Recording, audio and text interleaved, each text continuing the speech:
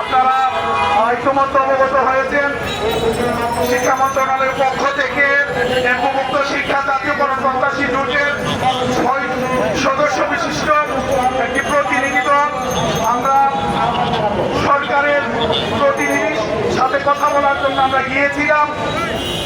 আমরা দীর্ঘক্ষণ সরকারের একজন অতিরিক্ত সচিবের সাথে আমরা মিটিং করেছি।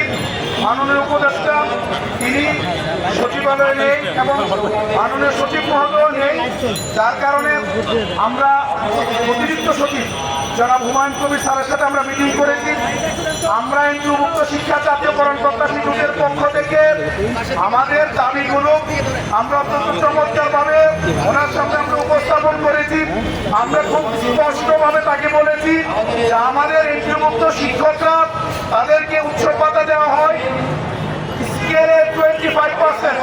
একজন এন্ট্রি লেভেলের শিক্ষক সে বোনাস পায় মাত্র ৩,১২৫ টাকা। আমরা বলেছি দ্রব্যমূল্যের মধ্যমতির এই সময়ে এত অল্প টাকা দিয়ে একজন শিক্ষকের পক্ষে কোনো অবস্থাতেই ঈদ উদযাপন করা সম্ভব না। আমাদের বাংলাদেশের এমপিভুক্ত অধিকাংশ শিক্ষক ঈদুল আজহায় কুরবানিটা পর্যন্ত দিতে পারে না।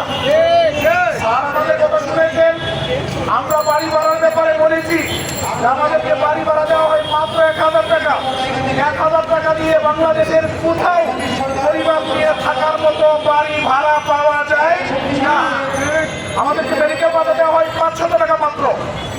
আপনি যদি এখন ডাক্তার দেখাতে যান, একজন ডাক্তারের স্পেশালি একজন ডাক্তারের কনসালটেন্সি ফি দিতে হয় প্রায় ১ থেকে ১,৫০০ টাকা।